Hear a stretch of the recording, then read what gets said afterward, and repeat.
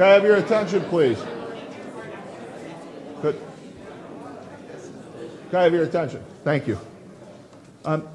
Thank you for all coming this evening. Now, the State of the City is an annual opportunity for the mayor to report on the status of our city. Now, if you followed the State of the City address for the last 9 years, you've known that each year the news gets more and more positive. And that's because of the terrific leadership that we have in Mayor Thomas McDermott Jr. So without further delay, I'd like to invite Mayor McDermott to come up and give his annual address. Thank you.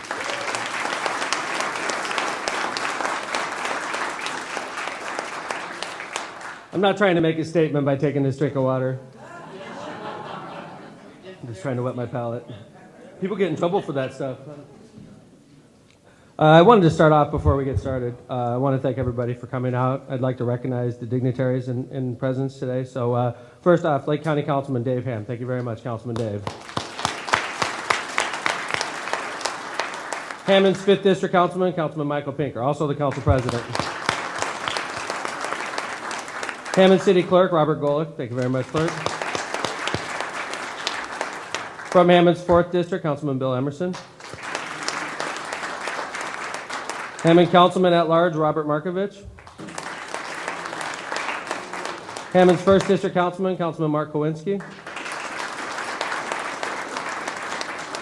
Lake County Commissioner Mike Ripe. Councilman at Large Dan Spitali. Hammond School Board Trustee Anna Mamala. Hammond School Board Trustee Debbie White. Superintendent of Hammond Schools Dr. Jerry Watkins. And I know Chancellor Tom Keon was here. He couldn't stay because he had a conflict also, but I want to thank Chancellor Keon for coming by as well. I would be remiss if I didn't thank my wife, Marissa. Thank you very much. And my son, Thomas and Patrick. Thank you guys very much. Before I get started on the speech, I want to talk about my department heads. I've been mayor for 9 years and a few months now, and I've had a lot of the very consistent leadership in all the different departments. In fact, some of the department heads have been with me from the very beginning.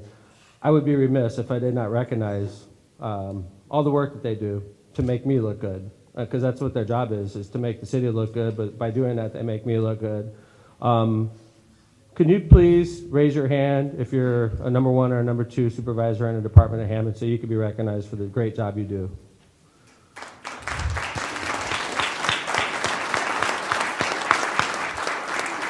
And there's a lot of people in here that are just plain volunteers. They just work real hard for the city of Hammond. They have a particular cause that they care a lot about, and they push us to do our job even better. You make the city great. Thank you very much for showing up. And for people that show up to State of the City, they're usually the leaders of the community, so thank you for being here. This is something I take very seriously, is reporting on the State of the City, because it's important for you to know where we stand and where we're looking to go in the future. So thank you for coming by. The State of the City is an opportunity for us to look toward our future and to reflect on what we have accomplished. As mayor of the city of Hammond, I'm proud to report to you on the outstanding progress and improvement that my administration has made to the city. First and foremost, the issue that is most concerning to all Hammond residents all the time is the safety of our residents. I go a little off script, I think you'll notice, and I'm going to go off script a lot at the beginning because it's something that's a sensitive subject, and it's one thing to read it and to write it, but it's another thing to talk about it. It's the general decreasing trend in crime that we've experienced in Hammond, particularly dealing with violent crime. Now, you know, this is what I was supposed to say, and this is what I'm really going to tell you. And both of them are consistent, but it's sort of cold when you talk about we only had this much violent crime and we only had that much violent crime, because for all I know, somebody in this audience could have been impacted by one of those violent crimes, and we're up here bragging. You don't catch this administration brag about stats very often, because as soon as you do, the stats are going to turn on you and you're not going to know what to say. All I can tell you is we've had consistent leadership in the Hammond Police Department from day one. The police officers, the brass, are people that you could be proud of. And they set an example for the younger officers who are hardworking and educated. And year after year, you continue to grind away at the problem, crime, in the city of Hammond. It's working. We see the trends going in the right direction. Now, when you read what I was supposed to say, it's, we're bragging about particularly violent crime stats going in the right direction. I don't really want to go into that right now. I just want to tell you that I'm proud of the job the Hammond Police Department is doing. A lot of the reason I'm here is because of the state the police department was in 2003 when I took it over. And I think it's night and day. And I can't sit here and say it's because of Mayor Tom McDermott, and I'm going to embarrass him right now, but I've had the same police chief for 9.5 years. I tell Brian that we're like an old married couple sometimes because we've been together so long, but Chief Miller has had a great example, and the officers are working well under him, so congratulations, Chief Brian Miller. His assistant chief, John Doty's looking at me like, what, I'm chopped liver? Thank you very much, Assistant Chief Doty. So that was what I was supposed to say, and that's what I actually said, okay? We're proud of the job we're doing, but unfortunately, until we eradicate this problem, we're not going to be satisfied. How about that? All right?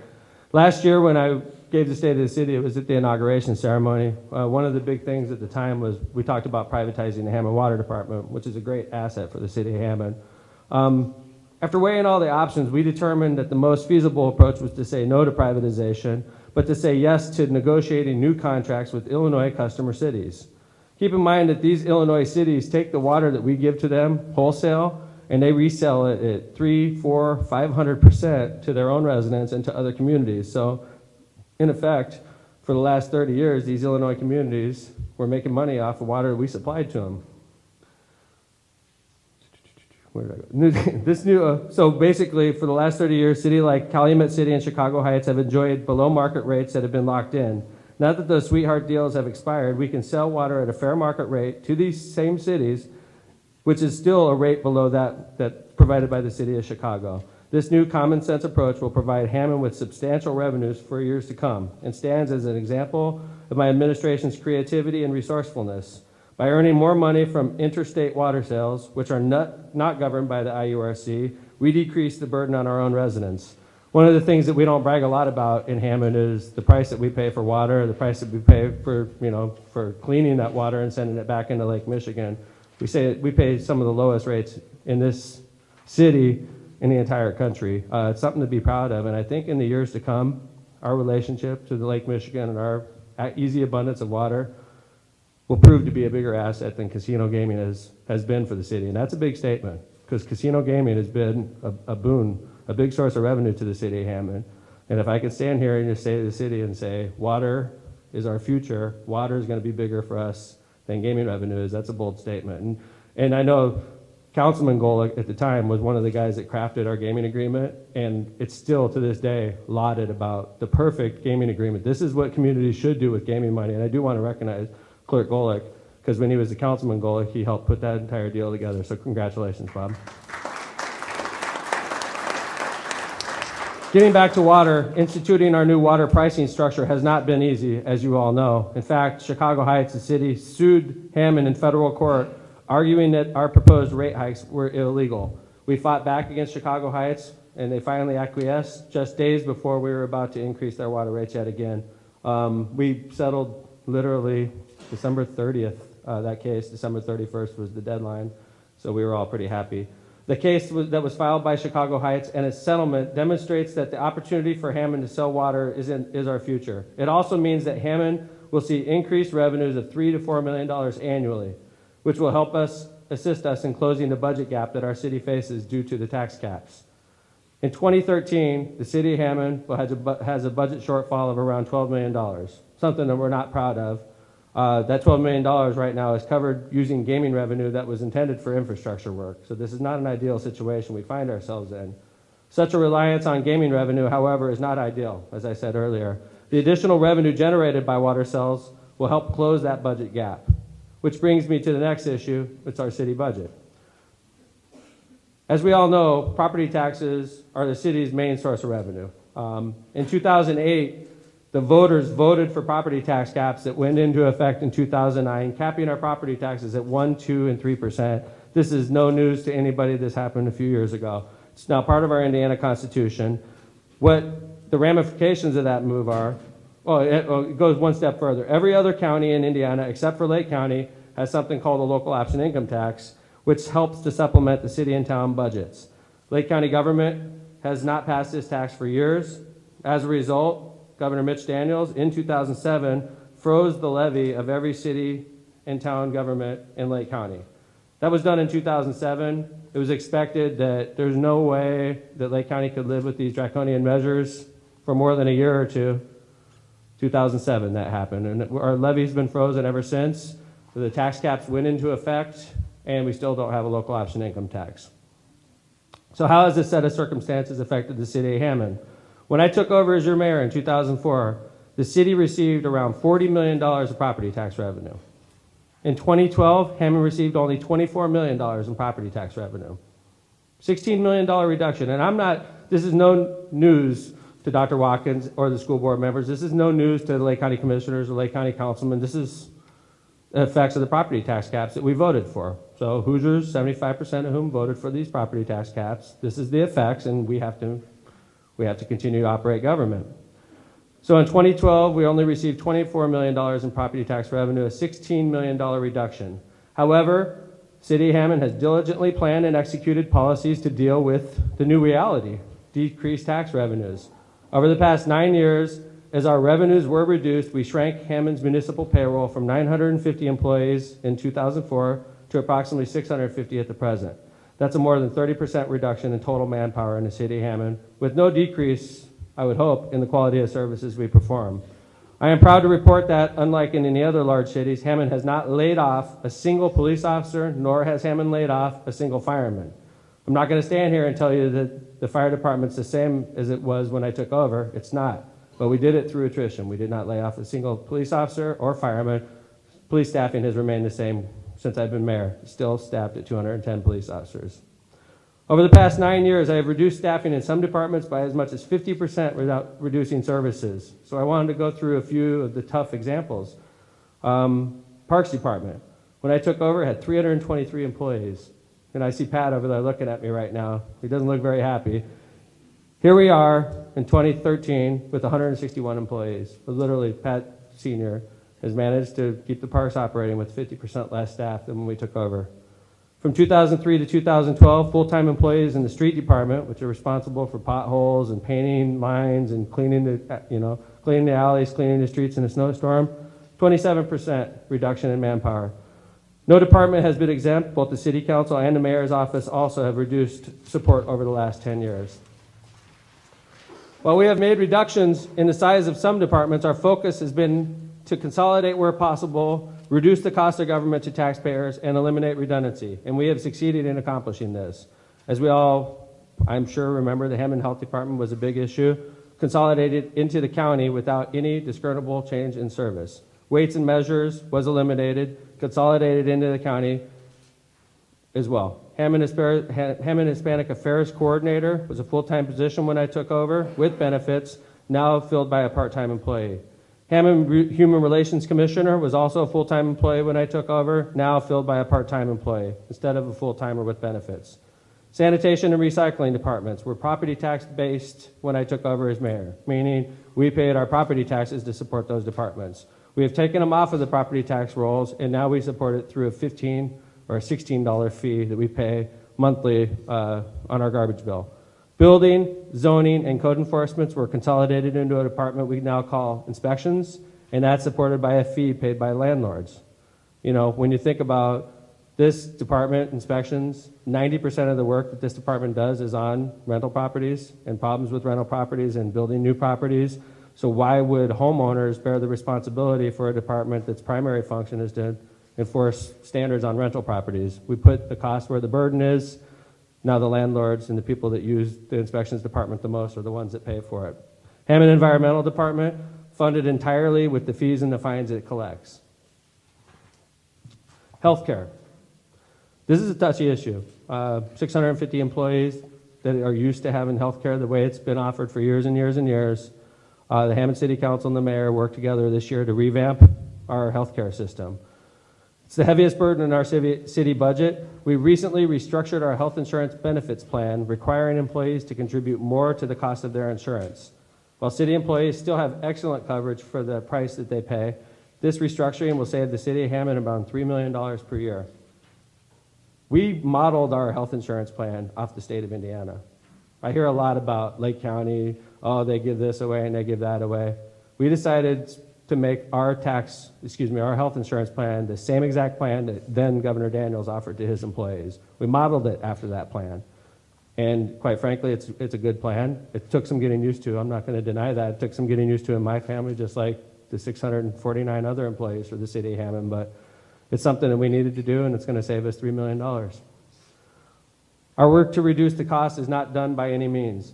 Historically, for every dollar of property taxes the city of Hammond levied, we would receive 95 cents, a 95% collection rate. That was pre the Great Recession. When the recession hit in 2008, our collection rate dropped into the mid-80s. While rates are steadily increasing, in 2012, we still only collected an 88% collection rate. The levy freeze and the tax caps together will only allow us to levy $31.5 million. When you consider the cost of government's around $50 million, and you're collecting 31.5 in property taxes, which outside of the fees and fines is pretty much your main source of revenue, you could see how it gets tough, maintaining a police presence that we need to maintain, maintaining adequate staffing in the fire departments that we need to maintain, still having Pat able to go out and mow your parks and keep them safe, and keep Gary staffed heavily enough so that he can clear the streets, gets to be a real challenge.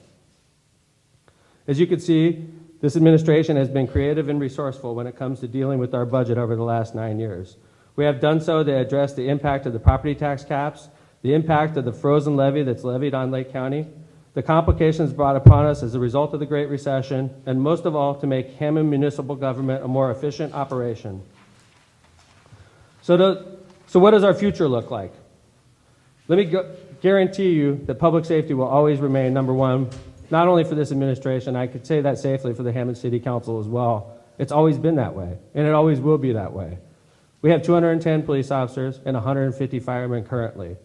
And those two responsibilities, demand a professional fire department with fully staffed ambulances and a professional police department, takes up 70% of our budget, okay? And we've committed to public safety, and we're going to recommit to public safety because that's number one. We have to have public safety if we expect people to live here and to continue to live here. We're going to continue to transform Hammond into a community that is attractive for all residents, especially families. This transformation includes a continued investment in our parks and our recreational facilities. The magnificent improvements that were funded by the Regional Development Authority in Robertsdale along the Wolf and George Lakes and Lake Michigan needs to be extended to all parts of the city of Hammond. As part of that commitment, we have entered into a $6 million partnership with Purdue University Calumet that will make Dowling Park a destination for college sports enthusiasts from around the Chicago area. To get a little bit more into this, and I appreciate the fact that there's many people from Purdue Calumet here, Purdue Calumet's going to offer sports like a normal four-year college. They're going to offer men's baseball, women's softball, men's and women's soccer, men's and women's tennis. They already offer men's and women's basketball. Purdue Calumet's transforming itself into a traditional four-year university, and that's good for the city of Hammond. It's one of the largest employers in our city, and it's good for our future. So we're really excited about Purdue Calumet expanding their athletics programs. We're continuing to expand our bike trail system into one of the largest off-road systems in the Midwest. During 2013, we will begin construction on up to 8 more miles of bike paths and 3 bridges, eliminating dangerous crossings in the city of Hammond. When our system is complete, every home in Hammond will be within 1 mile of an off-road bike trail. We are turning Hammond into a bicycle-friendly city, which will both serve to attract visitors and help keep our own healthcare costs down. The improvements that we have made to our youth recreational facilities have clearly paid off and have made us the envy of other communities, not only in Lake County, but around Indiana. As evidence of that fact, the 2013 Cal Ripken 60-foot World Series, 12-year-old World Series, will be held at the Hammond Optimist Park this summer. Hundreds of baseball families from all around the United States of America will travel to Hammond, Indiana this summer to be our guests in August. They will stay in our hotels, they will eat in our restaurants, and they will help the overall economy. These types of events also help improve Hammond's image and attract new investment and new dollars into our city. Since 2006, thousands of students have taken advantage of the widely acclaimed College Bound Scholarship Program. College Bound has helped hundreds of Hammond families and is working to increase our college-educated population, making us more attractive for investment. During 2013, I will push for a renewal of this program to take it beyond its original 10-year commitment that currently still exists. To do so, we are working on a funding plan that will guarantee College Bound even to the youngest of Hammond residents. It's something I plan to work closely with the Hammond City Council on, and I know it's something that the City Council supports as well. After all, we couldn't have passed it without the close support. One of the few 9-0 votes I remember in my first term. The City Council and I worked together to make that happen, and they've been partners with us ever since, and I appreciate that. Casino revenues will continue to be devoted to improving our infrastructure. That's the purpose of casino revenue, improving our infrastructure. We've come to rely on it with the budget, and that's something that we need to wean ourselves from. Although revenues continue to drop, I realize that we will not complete our mission until every street in the city of Hammond has been rebuilt. Over the past 9 years, those projects have spurred many residents to invest in their homes and properties, and that investment must continue as we make Hammond a great place to live and invest in. It's interesting to talk about this now, because I just returned from Chicago today, and I had a meeting with Mayor Rahm Emanuel, among others, and every time he sees me, he knows who I am, he knows who I'm the mayor of, and he knows what Hammond does to the city of Chicago. Let me tell you, this is going to happen. City of Chicago is going to open a casino, and then they're going to open another one on the south side of the city. And it's something that's being pushed actively by the mayor. And, he jokes with me. He says, hey, aren't you lucky we're sending your kids in Hammond to college? And he laughs, but he's not laughing. They're going to make this happen. We need to be ready for it. We cannot be relying on this casino revenue so that when it goes away or when it takes a drastic hit, we're going to be able to continue to move forward. That's hopefully where the water will come in. We need to decrease the reliance on the gaming revenue. We will continue to focus on economic development projects through Hammond. During the coming year, we will see hundreds of new construction jobs created as work begins in earnest on both the Potash project below the old 9-span bridge and the Munster Steel project. We will also see substantial new commercial investment in Robertsdale along Indianapolis Boulevard, where new restaurants, new stores, and a hotel are planned. Groundbreaking at the River Park site, once a crime-ridden area of our city, will commence this year as well. We have vetted interest from a hotel chain, professional office builders, an animal hospital, and a family-friendly microbrewery. Construction at the location will be underway in 2013 and 2014. As Lake County's largest city, Hammond should be and will be a leader in new commercial development. In closing, I believe that my administration has aggressively and successfully addressed the challenges that we first faced 9 years ago when we came into office. Crime is down. Infrastructure is being revitalized. New recreational opportunities exist, all while the size of government has been drastically reduced. Although we have addressed the issues that we once faced, I have learned that there will always be new challenges to embrace and to solve. But if we continue to work together as a city and as an administration, continue to engage in public and private partnerships, continue to support our hardworking public safety employees, we will only grow stronger and better as a city. Our best days are ahead. Thank you very much.